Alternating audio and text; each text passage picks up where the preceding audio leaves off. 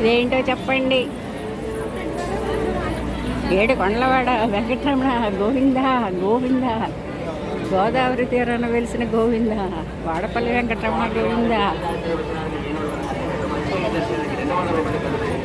Time 10 అయింది. మేము ప్రదక్షిణాలు చేస్తాం, దర్శనం కూడా అయిపోయింది. ఏలూరు తిరిగి వెళ్ళిపోతున్నాం. మా తూర్పుగోదావరి జిల్లాలో ఇంత జనసముద్రంలో ఎవరన్నా తెలిసిన వాళ్ళు ఉంటే బాగుండు అనిపిస్తుందండి, కానీ ఎవరో కనిపించట్లేదు.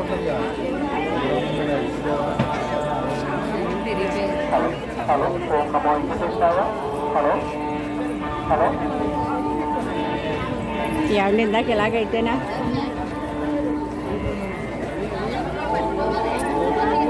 కొబ్బరికాయలు ఇక్కడ కొత్త రాజు కొత్త బోర్డు కూడా గుర్తుపెట్టుకోండి.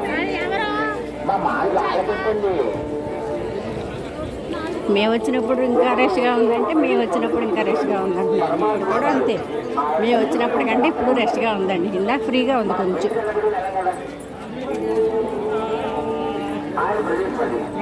గుడి కంటే కొంచెం ముందుగా రావాలండి. ఈ వాడపల్లి పెట్టుకున్నామంటే మనం ఒక రోజంతా, దగ్గర అయితే పర్వాలేదు, కానీ దూర ప్రాంతాల్లో అయితే బస్సులు అయ్యి ఎక్కడ అవన్నీ ఉంటాయి కదా.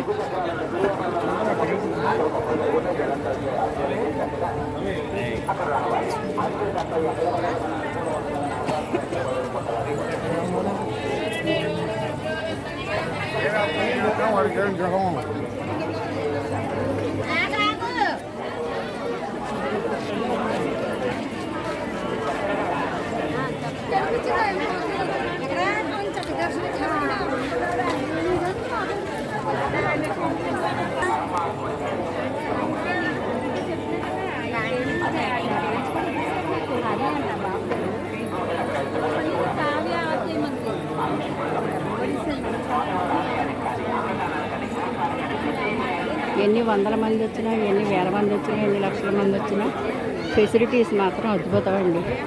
ఎవరికి ఏ సౌకర్యం కలగకుండా ఎవరికి వాళ్ళండి. సామాన్యమైన ఇదేమీ కాదు.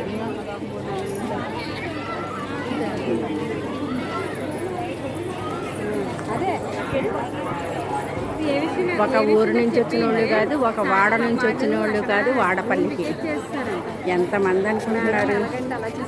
సఖ్యతతో ఎవరికాళ్ళు తప్పుకుంటూ నడుచుకుంటూ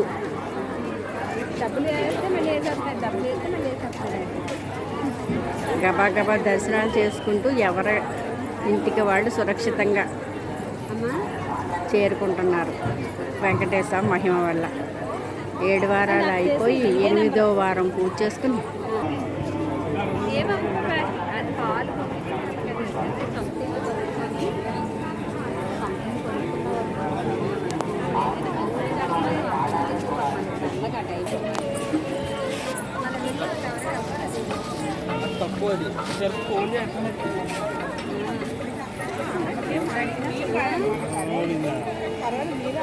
నోట్లో పువ్వు పెట్టుకొని ఎంగిల్ చేసేస్తుంది.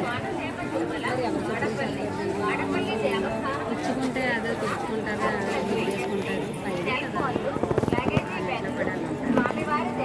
ఒక 3 సంవత్సరాల వరకు వాళ్ళకి ఈ మాట ప్రకారం పెట్టేసాడు.